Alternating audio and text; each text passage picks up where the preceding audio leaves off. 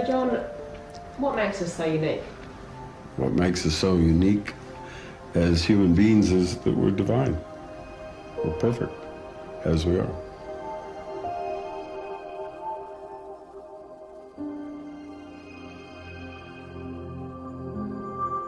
In this fast-paced world that we are living in today, how often do we stop to appreciate the beauty that surrounds us? How often do we acknowledge the magnificence that exists in each and every one of us?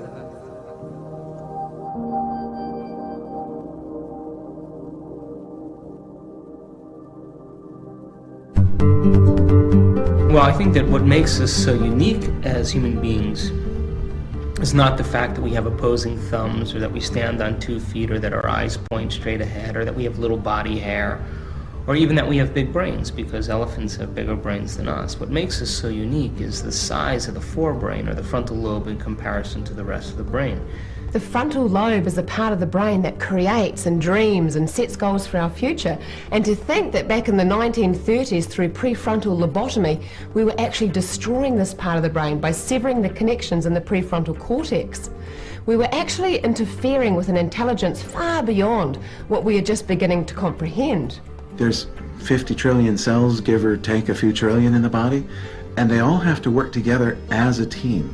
And it's really, that's what makes a person and not just a collection of individual cells, is the communication paradigm of pulling all the different kinds of cells together so that all of their different functions contribute to each other and make a living organism.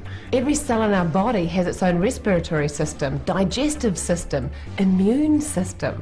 Every cell in our body is brand new at least every year. Some cells much faster than that. Like, for instance, our digestive lining is replaced every 3 days because it's a pretty high stress environment. And you know, when I think about that, I think that's pretty miraculous. We are a universe in ourselves, okay? We have these 50 trillion cells that each have a consciousness. We also have good and bad bacteria. It's a whole universe. You've got different armies of all sorts of things going on in there. When we look beyond the external structures of our body and into its internal operating systems, it's fascinating what we learn. To think that our brain is firing off 100 trillion messages every second.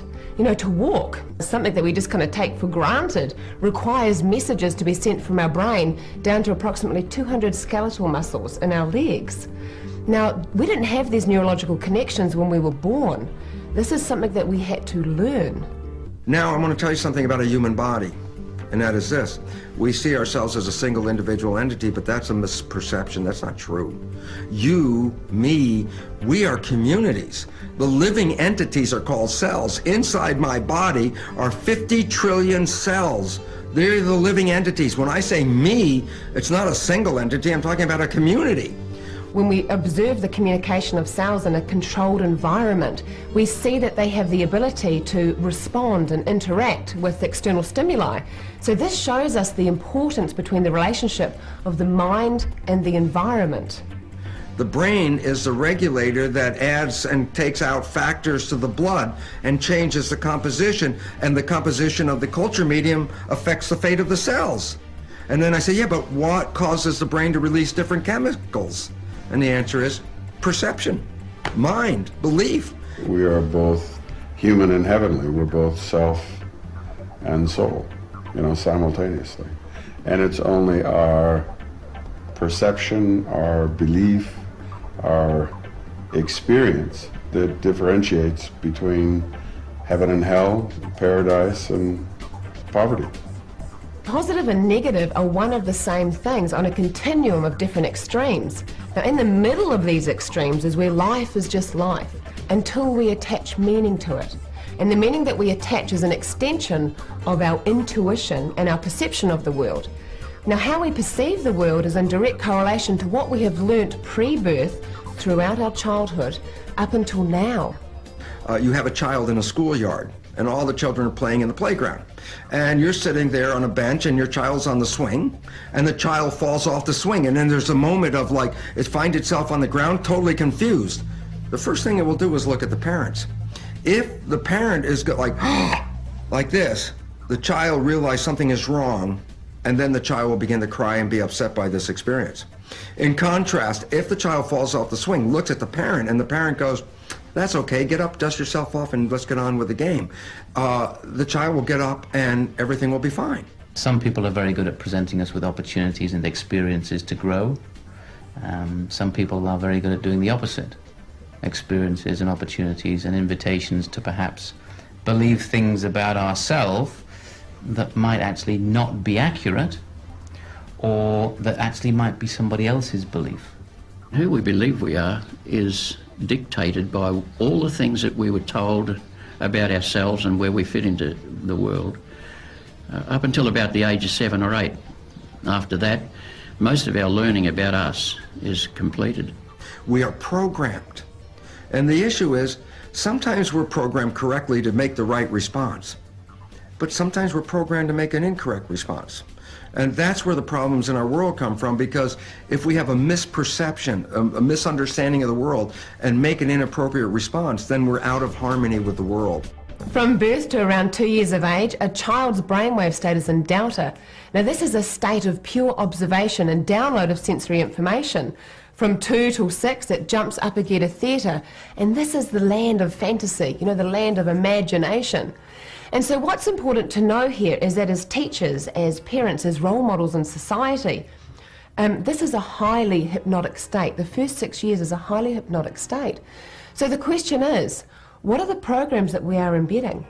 What are the belief structures, particularly through our throwaway comments, that are being created about the identity of self? Now, as adults now, the answers in terms of our belief structures, if we were to look back over our childhood, the answers are encoded in our upbringing. Well, I mean, my father was an alcoholic. My mother was, you know, someone who had a lot of issues with being bipolar, manic depressive. And so, you know, we came from a Catholic family, and conversation wasn't something our family had, you know, and the conversation, what we knew was conversation, was conflict. That's how we learned to communicate, was through conflict. I came from a very talented bunch of brothers and sisters. We were all into music.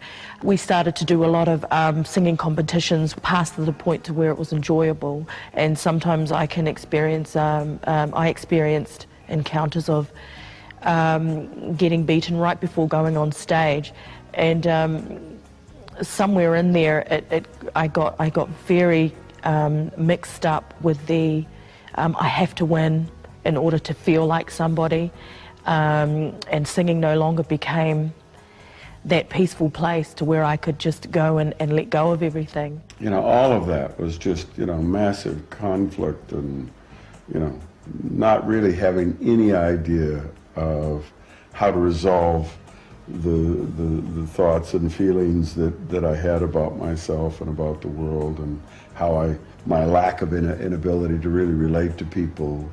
And finally I realized, you know, something isn't working here, and that's when the sweat lodge came. And so from the sweat lodge is when everything began to change.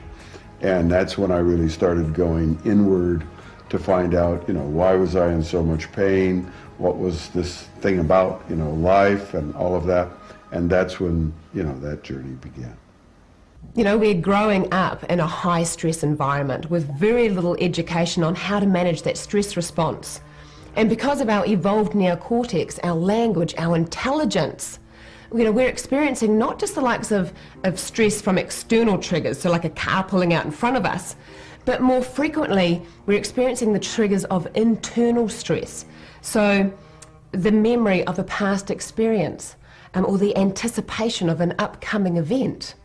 So because we have the ability as human beings to make thought more real than anything else, we can begin to become so obsessed about an idea, a thought, a future event, or a past event, that we can become so intentional on it that we literally make that thought real. And the moment that that happens, the thought becomes the experience. And once the thought becomes the experience, the end product of that experience is called an emotion. So we condition the body to memorize states of mind that ultimately become conditioned in the body. And when the body becomes the mind, that's a habit. Nature designed the protection response, if we go back historically, to save an individual, let's say to run away from a saber-toothed tiger. And once that individual runs away from the saber-toothed tiger, then the protection response recedes, and then the individual's back in growth. That is the nature of a protection response. It's only supposed to be used in an acute moment for a short moment and then eliminate and get back into growth. Unfortunately, the world that we live in is programmed with fears and threats, and that we as a population today are living more 24/7, 365 with constant fears threatening our survival. Will I be able to keep this job? Will I be able to provide insurance? Will I have enough money to pay for this? With each one of these things, in some sense, acting as a threat for our survival. Because an animal in nature who's being threatened by some stimulus in the environment that's unknown is going to run from that unknown. So we tend to fear the unknown. We tend to run from an opportunity. We tend to run from adventure because that's what happens when we're living in survival. Significance is growth is the opportunity to maintain the body, keep it running, service it, and take care of the thing to keep it healthy. But when you're in a protection response, you shut off the growth mechanisms because growth and protection can't occur at the same time. So how can we ever then embrace our dreams if we're being run by chemicals that are forcing us to return back to the familiar and run away from the unfamiliar? In the old days, protection response, I run away from the tiger, cool, I'm back in growth. Today, we run and run and run and never get away from the threats. And as a result, we are in a continuous process secreting stress hormones into the system whose function is to shut down the growth mechanisms and shut down the immune system. And you say, why would stress want to shut down the growth functions in the immune system? And the answer is very simple. It's just logic economy. If I need to run from a tiger, I need all the energy I can to run from a tiger. I have a bacterial infection and a tiger is chasing me. My brain does a calculation and says, how much money should I put into fighting the infection? And how much money should I put into running away from the tiger? And the answer is, throw all of your energy into running away from the tiger, because if you don't, the bacterial infection's irrelevant. When you have a period of time where your endocrine system is not getting its share of, it's not doing its job, we end up with autoimmune diseases. And many of those are sort of new diseases. You didn't hear of lupus or chronic fatigue, fibromyalgia 20 or 30 years ago. And these are things that often are the result of people putting themselves under stress or allowing stresses to affect them.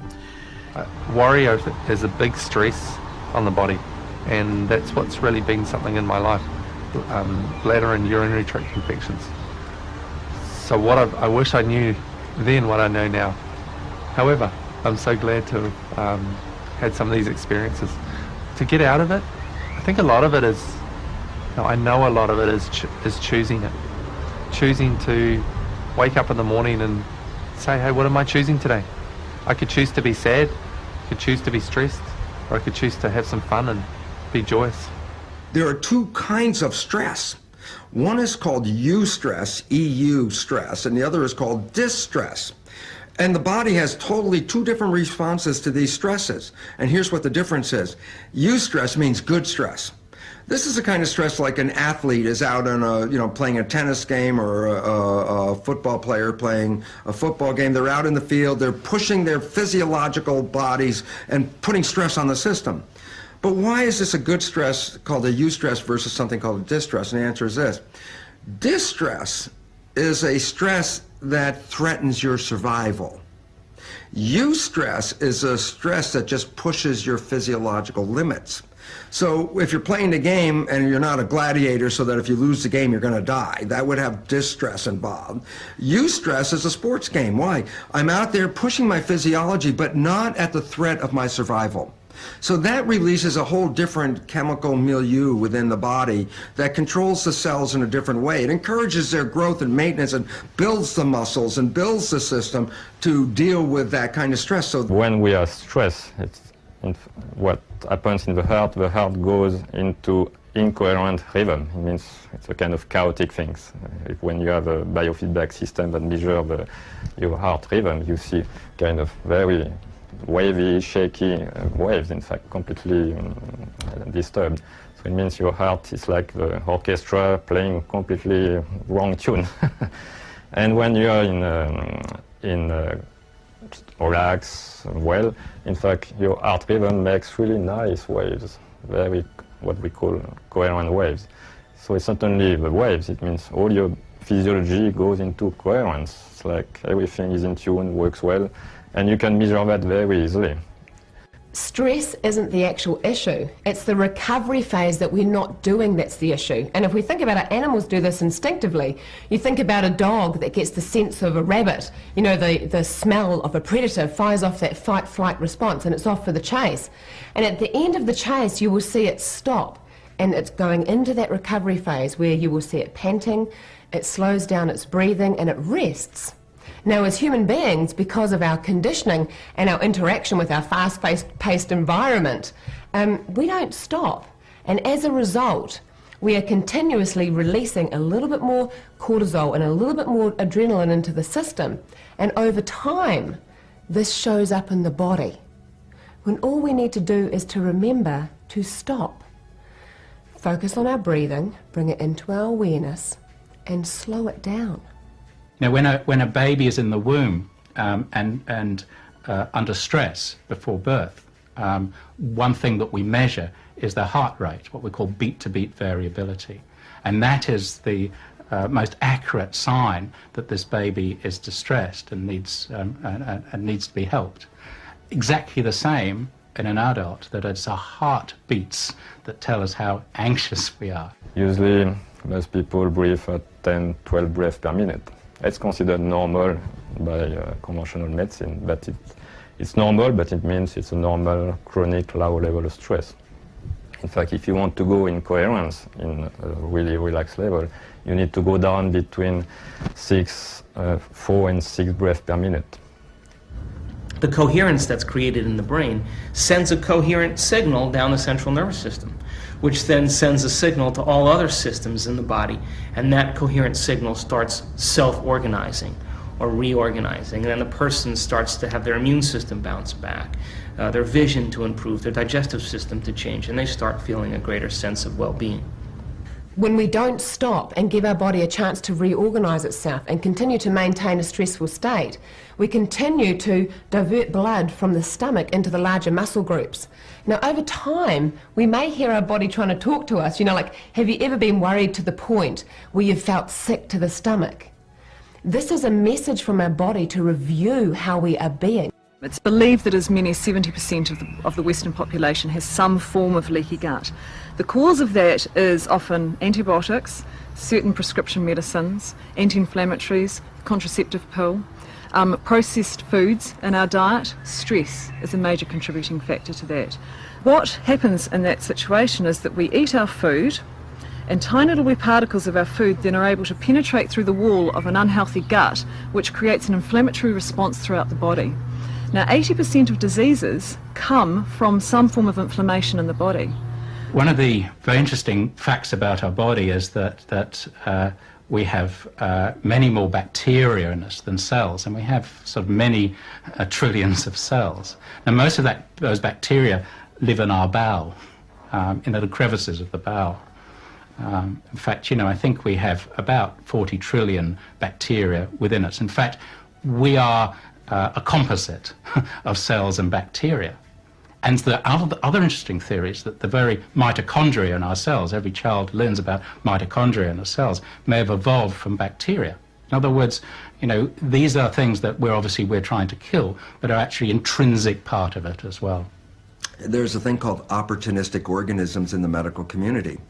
And what this means is this: I can take a blood sample from myself, from anybody, and show you with a blood sample, every one of us is infected with all the basic bacteria, viruses, and parasites that humans have.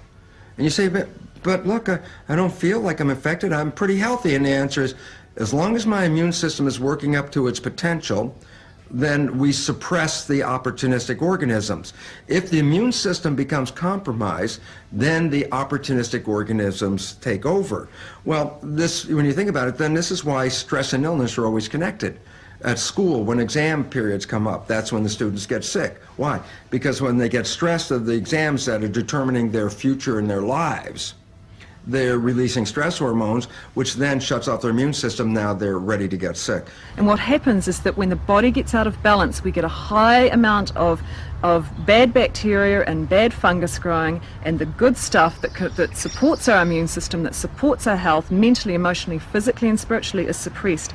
I mean, one of the areas that we as doctors have sort of, I suppose, the areas of prescribing that we've been involved in a huge way, and certainly in general practice, is the use of antibiotics. And there's no doubt that the use of antibiotics is important in many cases. Tonsillitis, for instance, if we know it's a particular bacteria, then we know that's terribly important to use that. And also, if we have a case of meningitis, it will save lives, and if we have a case of pneumonia, it's important. However, for the vast majority of people that we're seeing, people are having virus infections, and in fact, taking an antibiotic is of no use at all. In fact, in England now, with sinusitis, it is not recommended to start with antibiotics, and that's still been in many places around the world, even in ear infections in children, antibiotics aren't used. Do you know what's in an antibiotic? Do you know what's in immunisations? Do you actually know what you're putting into your body?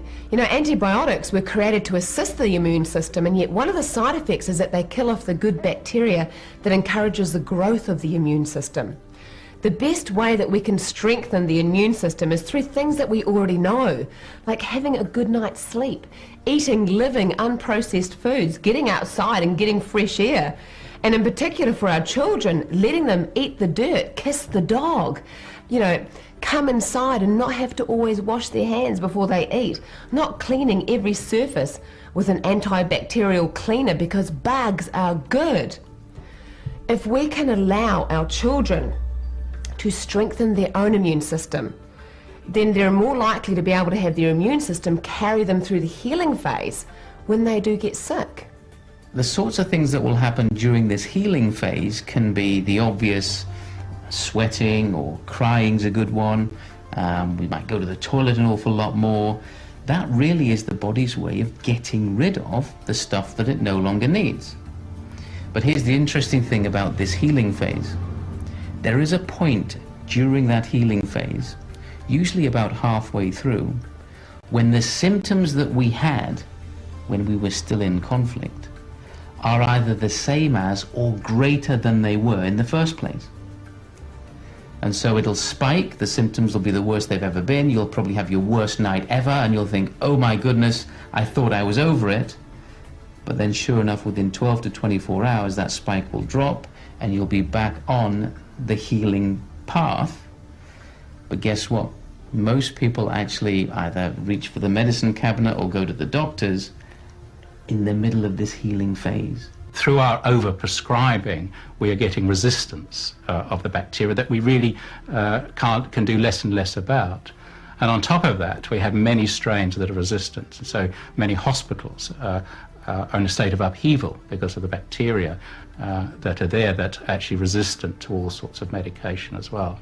So we've learnt that actually this sort of overuse of antibiotics has actually got us into trouble.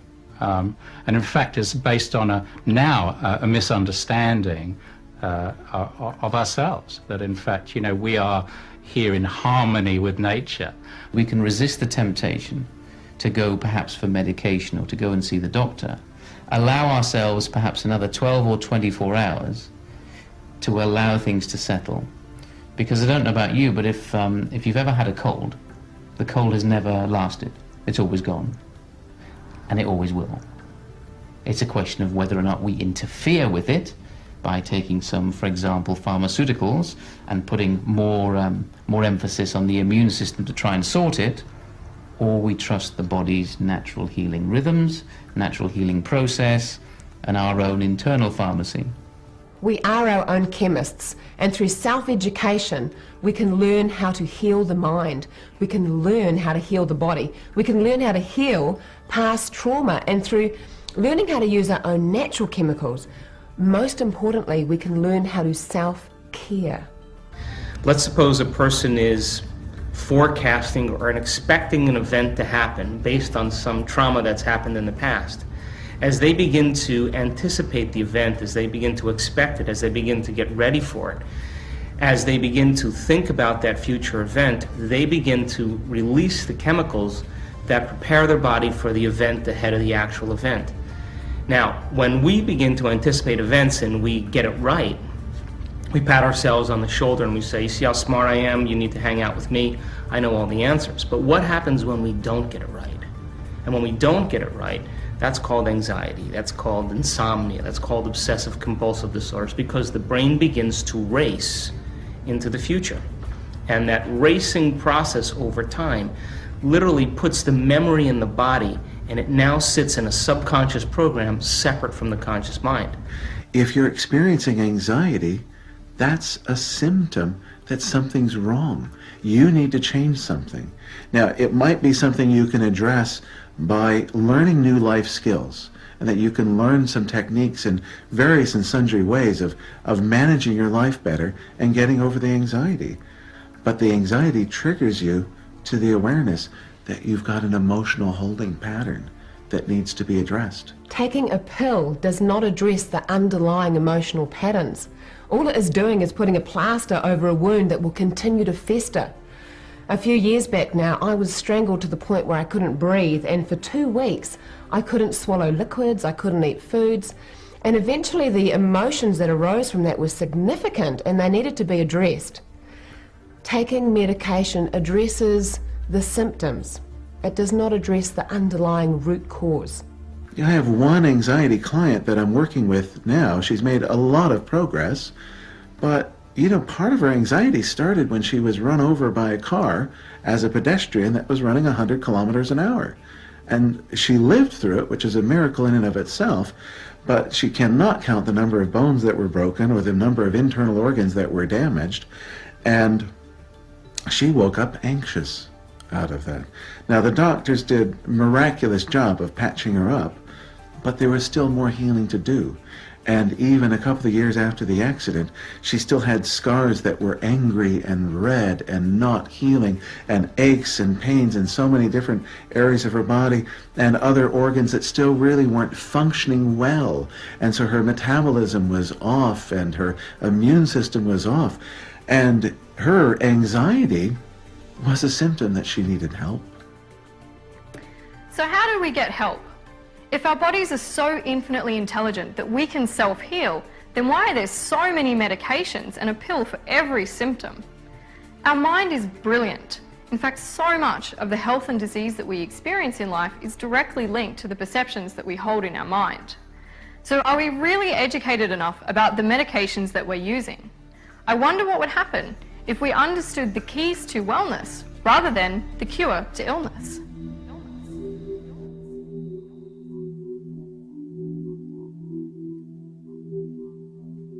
It's important to understand that we do not have mental illness, but rather that we do mental illness. It is an internal process of our thinking and feeling that creates the states of the likes of depression and anxiety, or the other 300 labels of mental illness according to the DSM. I find it very interesting that there are so many medications for so many so-called psychological disorders, and yet there are no definitive tests for it. There are no blood tests, there are no chemical imbalance tests, there's no x-ray, there's no biopsy. All that happens is someone sits down and talks to someone and then they decide what medication to give. You know, if you have a problem with your heart, you go to the doctor and you get a heart scan.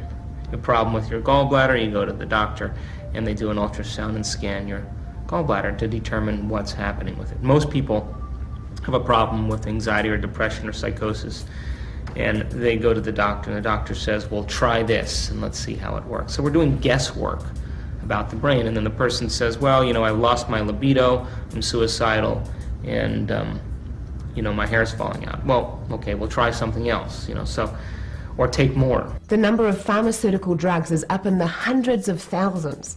So, you know, I question, is the focus really on research and wellness? If we know that lifestyle is the cause of illness, then shouldn't we be doing things like shutting down the fast food outlets and focusing on educating wellness rather than medicating illness?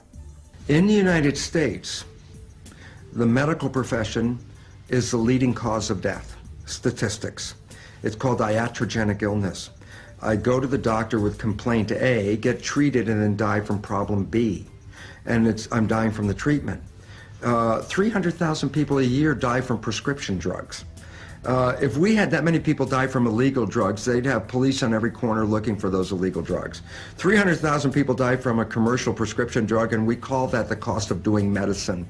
I think that cost is so far excessive, and it's actually inhuman and morally reprehensible. Well, you know, at a surface level, we may question, well, what's wrong with taking an antidepressant like Prozac? You know, all these SSRI drugs are doing is blocking off the natural reuptake of serotonin so that it stays in the synapse longer. But that is a very simplistic understanding of what these drugs do and the complexity of our biology.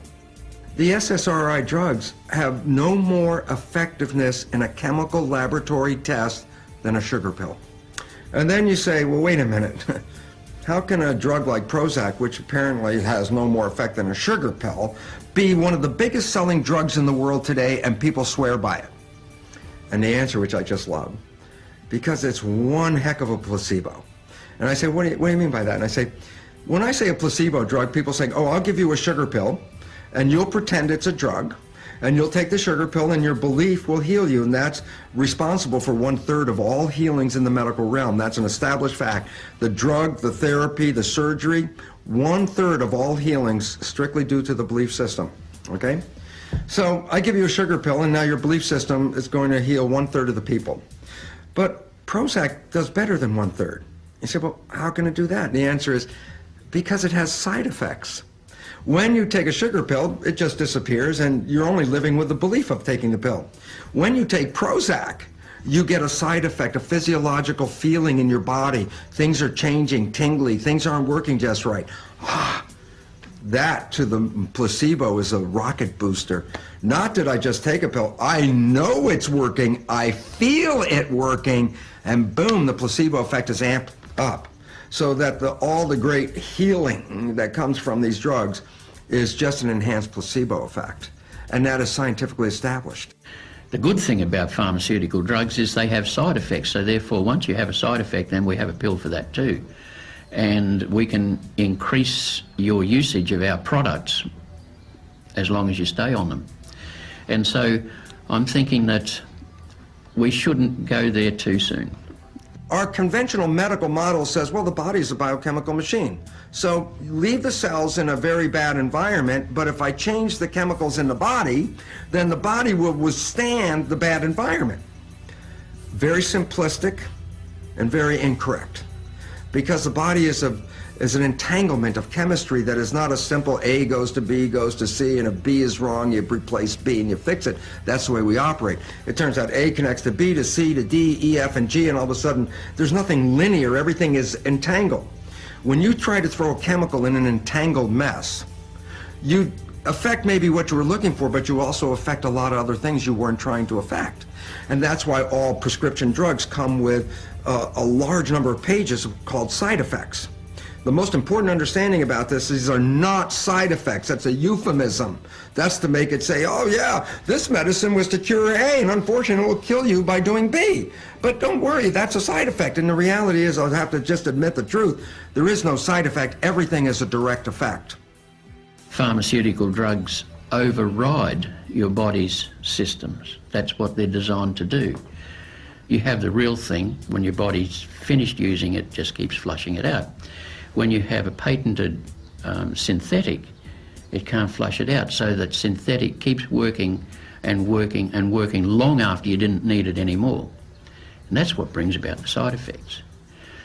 What we have found is that the violence that frequently shows up in the United States, like schoolroom shootings, like Columbine and many other shootings, almost every one of them has been precipitated by children who are on SSRI drugs, and we're in the process of not taking them or getting off of them, because those drugs, the side effect is suicide, depression, and anger and rage. So basically, It's funny because I read an article about the pros and cons of giving children Prozac, and the first paragraph says it's a placebo. Now let's look at the positive and negative side, and I'm thinking the negative side is so disastrous that no one in their right mind who would know this relationship would ever give a child this drug. But I have to admit, being part of the industry for a number of years, the industry is driven by corporate interests, not science. Science is a pure driven field of pure philosophy and science and study. Corporate interests are how much money can I make? So we push the Prozac because the drug companies push the Prozac at the expense of the health of the children and people who take it.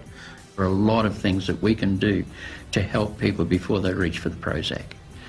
But unfortunately, you know, we have been conditioned to expect from our doctor that bit of paper with a medication on it, a chemical.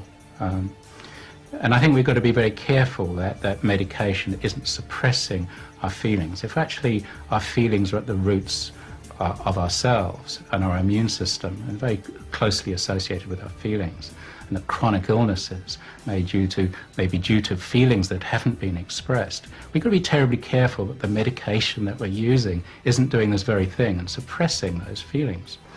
I had a series of losses. I lost my home and my business. I had cancer, a couple of surgeries. I had 10 car accidents. My sister had AIDS, and the culmination of that was my partner of 20 years left. And I plummeted. For the first time in my life, I really plummeted. I had weathered the other storms quite well. And when I went to my doctor, she said, well, you know, this has been going on for some weeks now, and, you know, I really think you need to be on something. And I said to her, my first response was, well, actually, you know, no, I don't want to take anything. I've had an awful lot of losses. Help me deal with my grief. I've had sisters that have been battling with mental illnesses, and I've seen them just chucked on all kinds of medications, and I've seen them so sedated. And I decided for myself, through seeing my sisters, that I'm sure that it had a lot to do with me getting my counselling and healing. I wanted to do that first, because, and if it was going to work, then I was going to roll with that. The thought of having a pill, to me, I knew it wouldn't be fixing anything. It would just be not only sedating me, but it would just be keeping me in a state where I'm not learning anything, where I'm not getting the real reasons of why everything is happening. And Lord knows what the pill was going to do in long-term effect to myself. My son was born with mental and physical handicap, and it was undiagnosed, so it was quite an unknown area. So for about 3 or 4 months, we were dealing with, you know, was he going to live, was he going to die, resuscitating on a daily basis. So naturally, life was traumatic. Doctors were wonderful, they were helpful, they were caring, but they were looking for a solution to me as well, not just to the son. And so about 3.5 months into it, they offered me some pills. Just one day they just said, you're sad, you're miserable, here's some pills that might make you feel better. Their intentions were good, but when I went home that night I was thinking, am I really supposed to feel better? I mean, my son is going to die, whether it's tomorrow or in 5 years, he's going to die. Maybe I'm supposed to feel the depression, and maybe I'm going to be better for him if I'm actually alert and feeling, even if it's crying. And I had worked with people who'd been on pills, and I knew that sometimes it suppresses your personality. And I thought, do I want my son to have a foggy, non-Dana holding him? Or do I want him to have a real, true, sad mother holding him who's loving him? And so I decided, no, I'm not going to take the pills. But a week later, I was really tired of being sad. You know, I wasn't happy, and I thought, well, just sitting in this place wasn't really working either. So I started thinking, what can I do? And action has always kind of been my thing. For me, whenever I feel low, just act somehow to get myself moving. So I found a treadmill that was in the staff room in the hospital that somebody told me that they'd give me the key. And I just started jogging in the morning and running, and I started noticing that I was feeling better, especially when I got past that 15 minutes. So from that point, everything's changed for me, where it's about finding things in your natural environment that feel good to you, that remind you that you have control and you have choices. What concerned me so much was that They weren't discussing with me my options or even talking to me about why I might be feeling that and what may come out even out of the pills. It was just a quick fix, which really is not the answer to personal development. There's been tons of people that have told me, hey, look, I've been depressed. All you need to do is just get on antidepressants. Lots of people. Some of them told me that I could be on it for a short time, for a long time.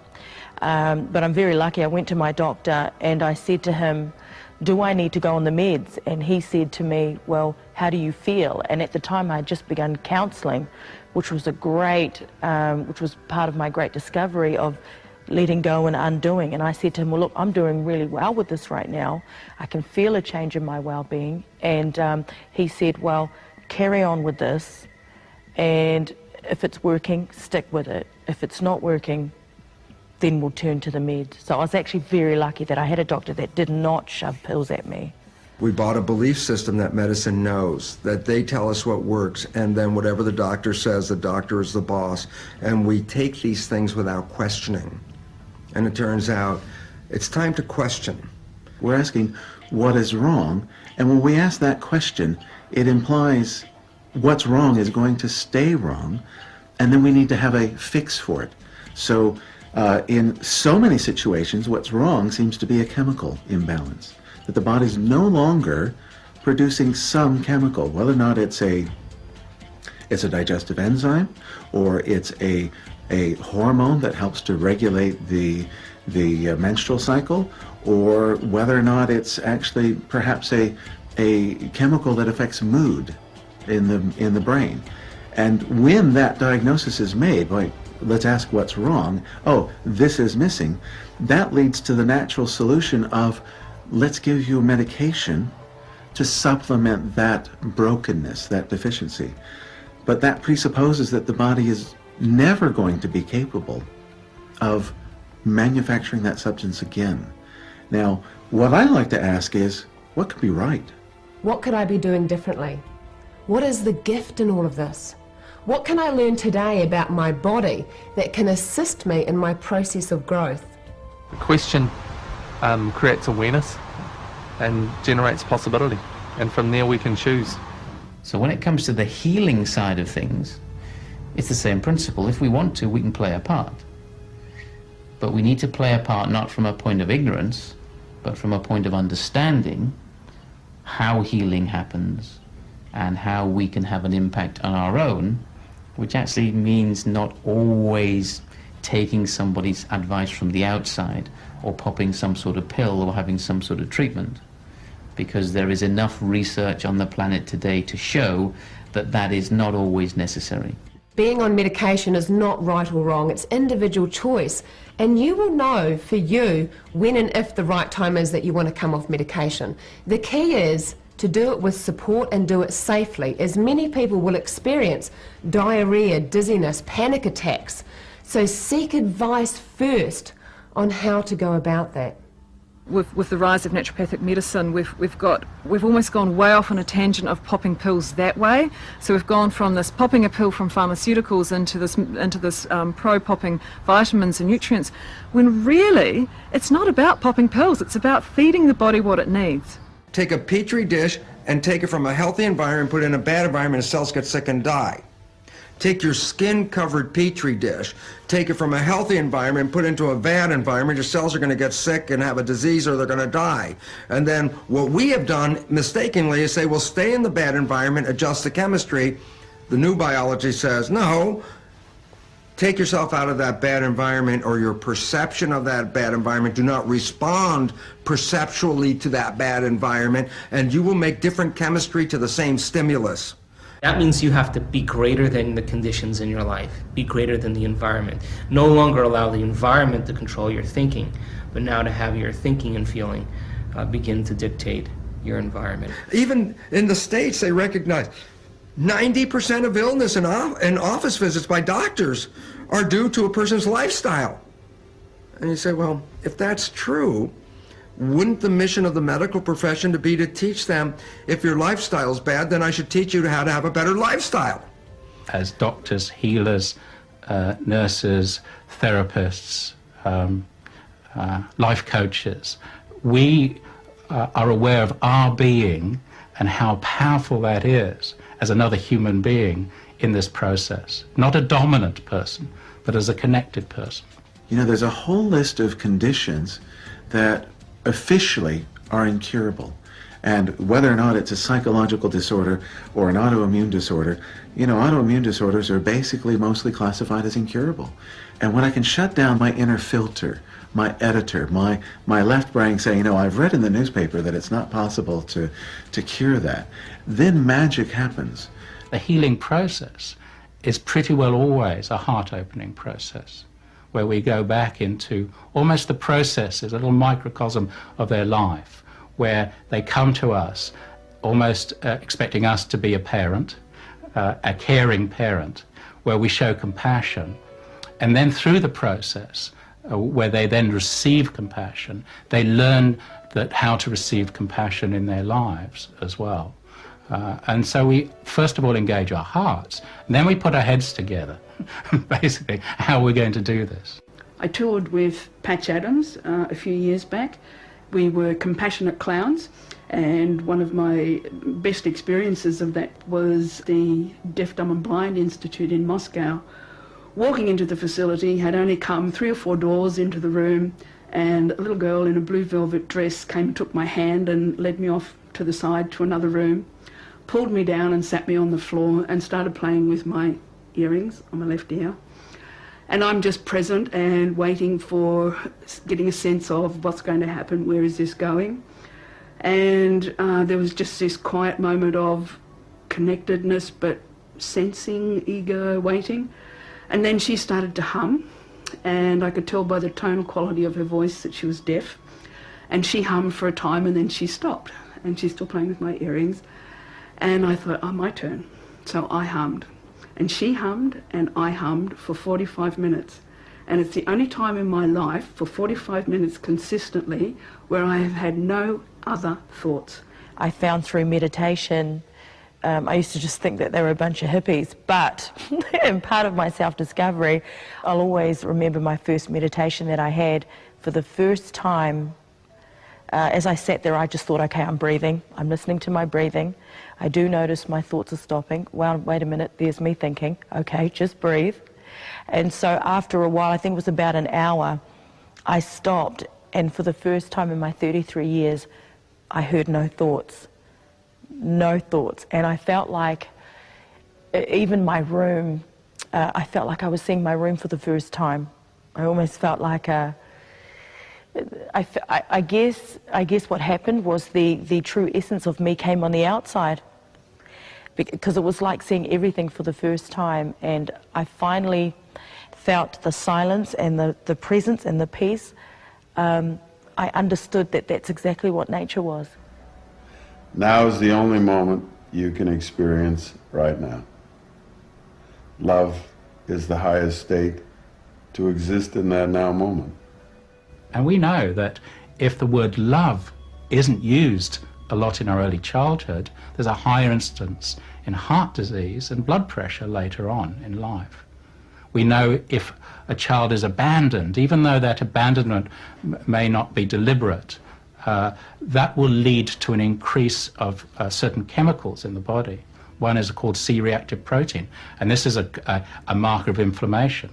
So that marker of inflammation could lead to heart disease, and they've shown that for children who have felt abandoned. Okay? And of course, you know, a child cannot discriminate. It can't work out why it's being abandoned. Even we're talking about in the first year of life, and even there's evidence now that that extends to when the baby's in the womb as well. Now, I believe through awareness we can actually we can change this. We can change this by knowing about it. And it can't come just from our heads. It can't come from an academic training. It has to come from a compassionate heart.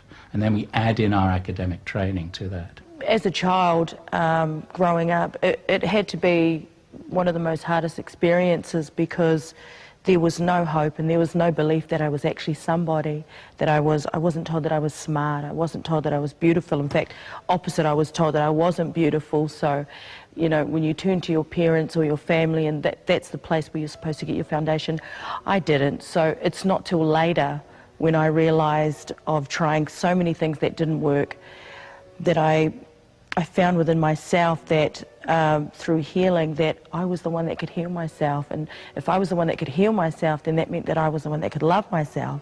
And that's when I discovered, so does that mean, I questioned to myself, does that mean that I could parent myself? And I thought, and so I gave it a go in little different ways, and that's when I really realised I actually hold everything within me that's been missing that I can actually give back to myself.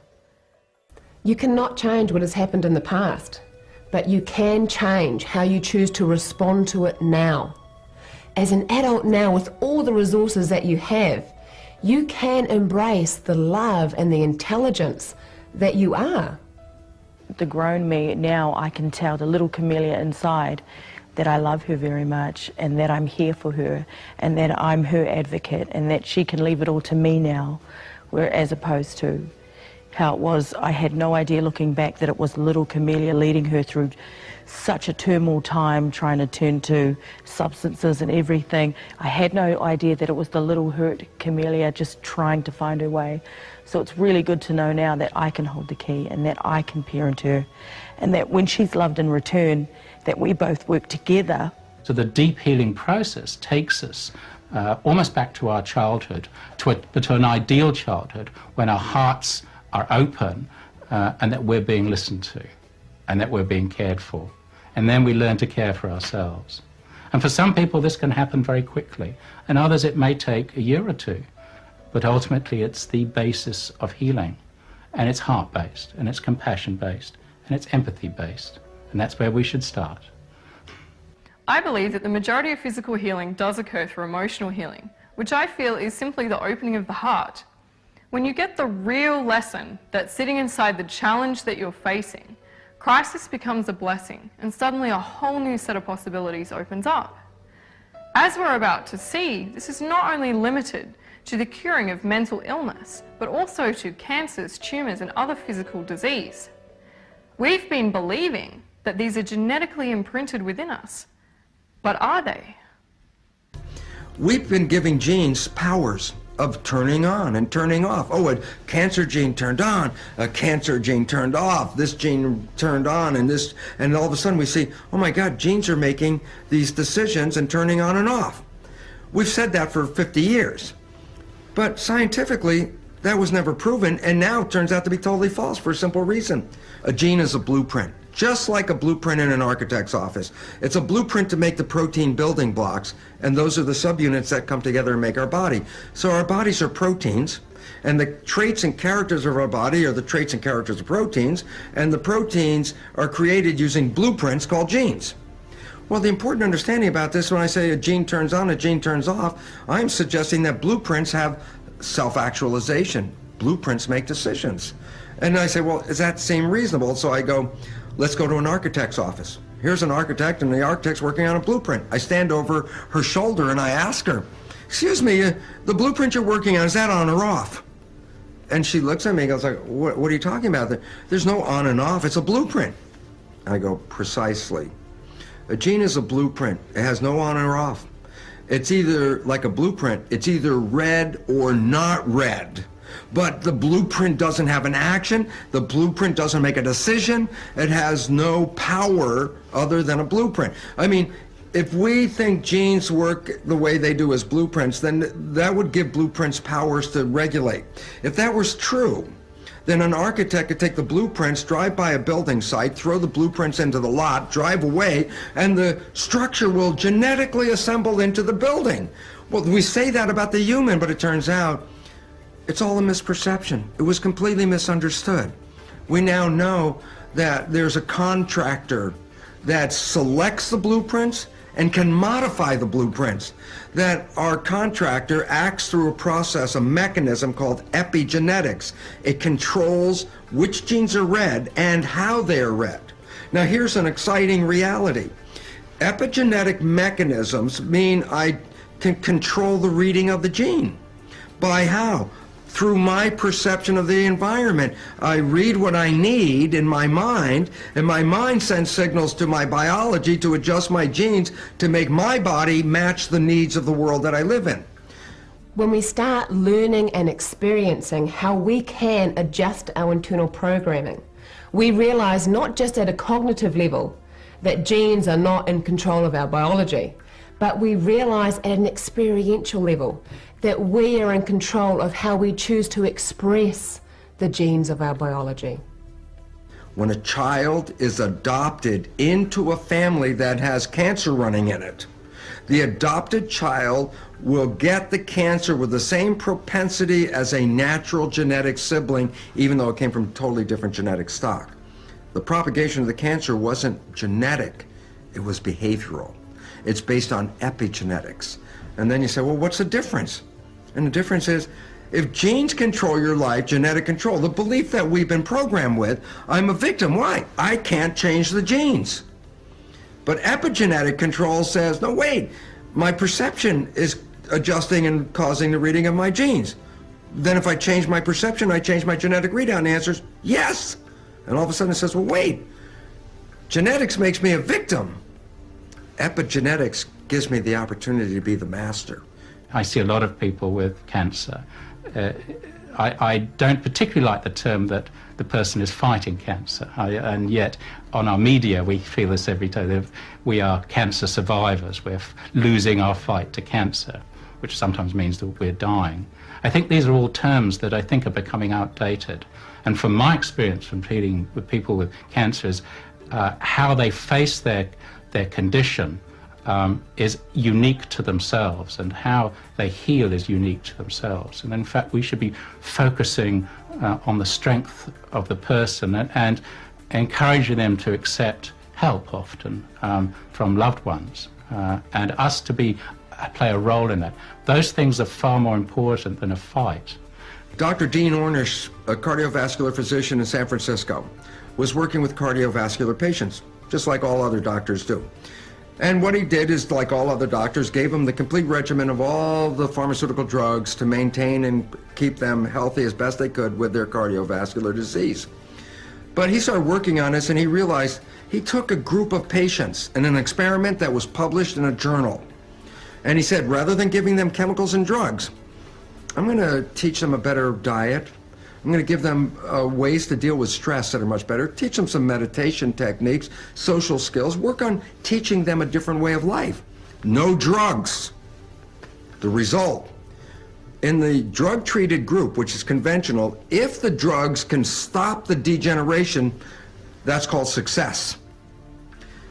In the treatment group that Ornish worked with, no drugs, changed lifestyle, not only did the patient's degeneration stop, the patients regenerated their cardiovascular system. That doesn't happen in the pharmaceutical model. And the reason why that was important was, it was not chemistry, it was lifestyle. If you do the treatment, your life may be extended to 6 months, and if not, you may only have 3 weeks. Very dangerous words. Do your research, because there is case after case after case of people who have decided against the treatment and instead changed lifestyle, and 15, 20 years later, after being diagnosed terminal, are living a healthy life. We talk about somebody who's terminally ill, and everybody's counting this person out. Oh my God, they got cancer, they're gonna die. Look, they're dying here in the hospital bed. And then this person expresses what we call a spontaneous remission. And we say, well, what was that all about? Well, medicine can't really deal with it because there's nothing in the medical conventional textbooks to explain how can somebody be terminally ill with a cancer and then next day not have the cancer. Because in genetics, genes control, genes cause cancer, you die from cancer. But now we find out, guess what? When people have a spontaneous remission, it's because they had a profound belief change. And when they have that profound belief change, the belief change changes their physiology. And in the response to that physiological change, they actually, in the belief change, can change the readout of the gene and make it read normal again. But once we've lived with the idea that certain conditions are hard or incurable, then we're not open to seeing miracles because we think we know everything. the word illness perhaps is integral to experiencing wellness. And if we look at the word illness and draw it in capital letters, and then we just tag on a few short strokes right at the beginning, illness miraculously transforms and becomes wellness. Illness is not to be feared, is not to be resisted, is not to be fought, but to be embraced as an opportunity for growth and an opportunity to get us on the path either to wellness or of wellness. And I think that's the real gift in illness. One of the most important steps in shifting from illness to wellness is shifting our focus from our external environment to our internal environment. The environment is very seductive. And of course you can accumulate more things, you could buy more things, you could do more things, but we reach a certain point in our life, in our late 30s and 40s, when you realize that none of that's going to make you feel better. And that of course is the midlife crisis. So what do? Do you go out and buy more things? Do you go out and drink? Do you go out and use drugs? Do you go out and gamble? Do you do pornography? Do you video game? What do people do? Anything outside of us to make that feeling go away immediately. And so the moment we can do something to make that emptiness or that fear or that anxiety go away or that depression go away, the moment we notice whatever we took or whatever we drank or whatever game we played or whatever we did, the moment we notice whatever it was out there that made us feel better, we're going to associate that change in feeling with that thing outside of us. The problem is, just like the video gaming, it's going to take more the next time you do it. A little more gambling, a little bit more shopping, a little bit more of a drug, because the receptor sites on the outside of the cells become desensitized. So it's going to take more of a rush of chemistry to turn them on. It's like living with a spouse that always yells at you. Over time, you don't hear them any longer, so they have to yell louder. And this is exactly how the receptor sites work. So people then become more and more unhappy because now they're relying on something outside of them. I guess my most turmoil times were basically all around just trying to get further and further away from who I thought I was, which was something worthless. So that involved going to drugs, going to alcohol, all addictions, sexual addictions, drug addictions. And there was a part of me that wanted to be really tough and not to feel. And those things worked, but only for a while. I loved them, but in return I saw that I was getting no love from them. And it wasn't until I really reached my rock bottom that I realized this is not working. And it may have worked for a while, but you need to start all over again. You hear people say things like, he makes me so angry. Well, you know, that's not possible. He can't possibly make you angry. You choose to be angry. He might do things that don't fit with your paradigm. However, it's a choice that you have made to be angry as based on what he did. And so many of us are blaming people and circumstances for who we are and how we feel. And that would mean that for you to feel better, you would have to send everyone in the world to the psychiatrist for you to feel better. And I don't think that would work. Now, the person who looks down at that emotion and says, I give up, I can't go on, I never loved you, I don't love myself, I can't go on agreeing any longer because I'm unhappy. And they begin to tell the truth. And they break all of their emotional agreements and contracts with everybody in their life that they used to feel suffering with, or they used to feel important with, or they used to complain with. They begin to stop all of that because it's no longer working, and they realize it's just, they're stuck. The moment they begin to look at that and they begin to tell the truth and they begin to surrender, that's the metamorphosis, that's the change now. If we change our perceptions, we change our physiology. I'd rather change my perceptions than to take a drug and change my chemistry, which is then the lethal part. Whilst natural therapies and medication have a different process, they're both still about treating illness. There needs to be a paradigm shift where it's not about treating illness, but about educating wellness, teaching the steps at a very young age to self-care, setting up belief structures about the body's innate ability to self-heal. It is not the doctor's or the therapist's responsibility. It is the responsibility of each and every one of us to ensure that we create growth, we maintain, and we heal our bodies. Teaching the brain and body how to bring itself back to normal or recalibrate it is, I think, the future of mental health. I know when I experienced stress, anxiety and burnout in my life that I was so busy building an army to fight my battles that I hadn't even stopped to take the time to consider that there might be an alternative way. I used to think that I have to fight my way through everything and fight my way through life with my fists up just in case something was to suddenly pop up and hurt me. What kind of a perception is that? I've learned through understanding the power of the mind that actually my outcomes in life are massively determined by the perceptions that I hold. So when you come to the crossroads in your life, which you will inevitably do at some point, what are you going to choose? Are you going to take the same old beaten track, the one that you've been 1,000 times before, being who you were yesterday, today, or are you going to take the new path, the road less traveled, which may look rocky and rough, but actually opens the door to a whole new set of learnings, new set of insights, and a refreshing perspective on life?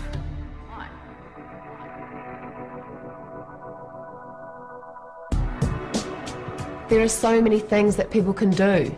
Natural therapies, for example, gosh, they have their own alphabet. CBT, EFT, NLP, DBT. But whatever you decide that you are going to do, the first step is making a decision that you are going to move in a different direction. And that secondly, that you are going to take action.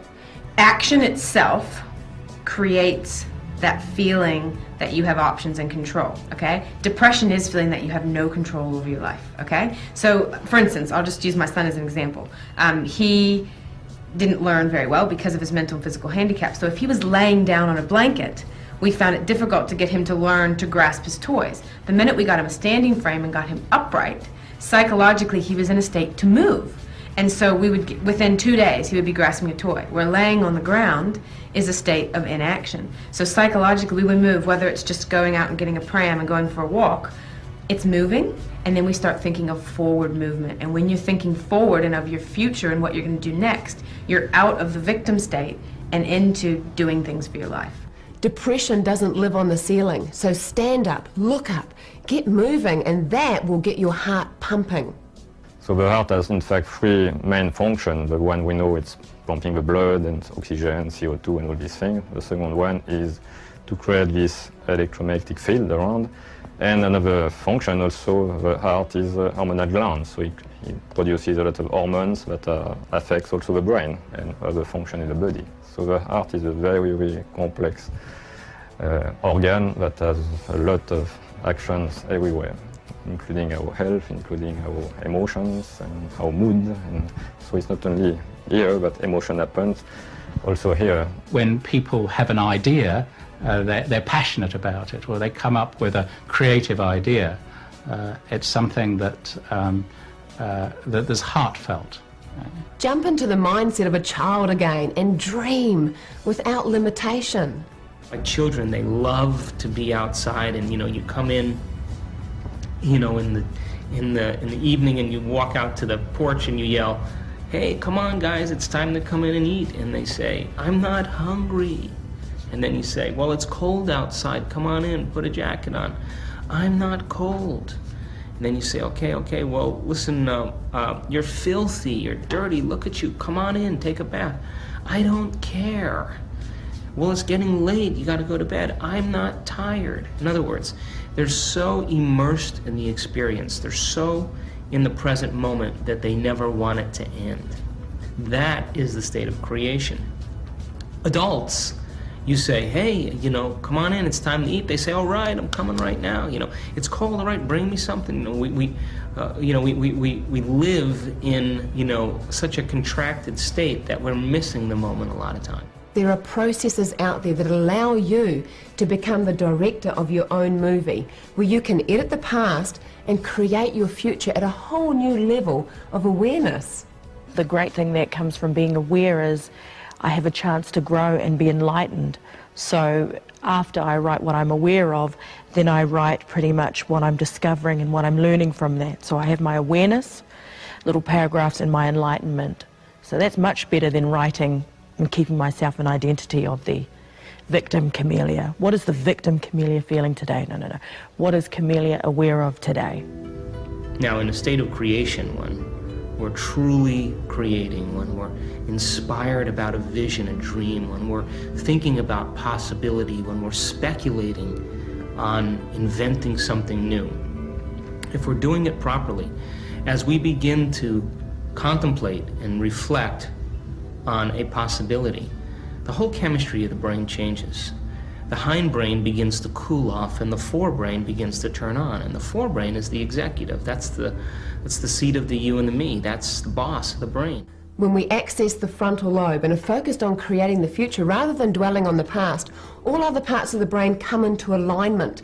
And no longer are we operating out of the emotional part of the brain, but out of a higher level of consciousness, inner strength and power. But for me, the most exciting people who testify of God's power are those that get into the state of religious ecstasy and say that God protects them to the extent that they drink strychnine in toxic doses with the belief that this poison will not affect me because God will protect me. So they're unshakable in that belief. And guess what? They drink the strychnine with absolutely no harmful effects. And the relevance is, well, how did that work? And the answer is, we are more powerful than we've ever been given credit for. That we have the power of our mind to control what we do with our biology. Walking across a bed of hot coals, fire, is a belief system. You don't believe you can walk across a fire, don't do it, because if you do, you're going to burn yourself. The ones that don't burn themselves are the ones that walk across with a total unshakable belief that this is okay. Go out and do things that are going to create an I can do it belief in yourself. Rock climb, abseil off the side of a building. If you've never been horse riding, jump on a horse, jump into life. Move through your perceived limitations. So my point of view creates my reality. So how many points of view do I have, or do you have, that create your reality? And it's about just seeing those and making a demand to change them. You know, the space up here in your mind is your space. So what are you going to choose to fill it with? And what you no longer want to have up there, empty it out. Let it go. You know, our brains have neuroplasticity, which means that we can prune away old connections and create new connections. So, you know, are you really going to argue for your limitations? Oh, you know, I've tried that before and it didn't work. Well, really? According to whom? Are you really going to allow your limitations of your past to prevent you and to limit you from creating your future? Let it go. Create a new reality.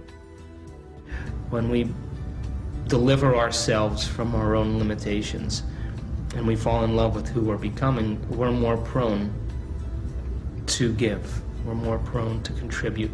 We're more prone to make a difference. We're more prone to decide how we are going to change the course of history. We are our own world. We have everything within us. We are unlimited. You're not a victim of your biology, you are a master of your biology, and with mastery, you will become empowered and change the world.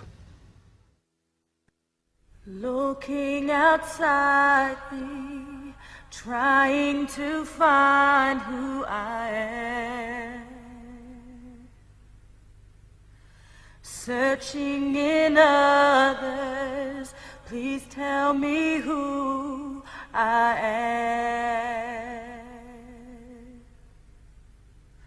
Further away from me seem to work at first,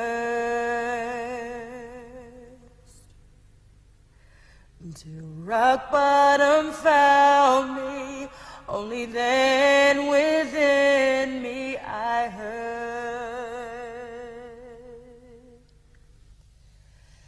peace is within me, love's within me, hope is within me, all is within me, peace is within me, love's within me, hope is within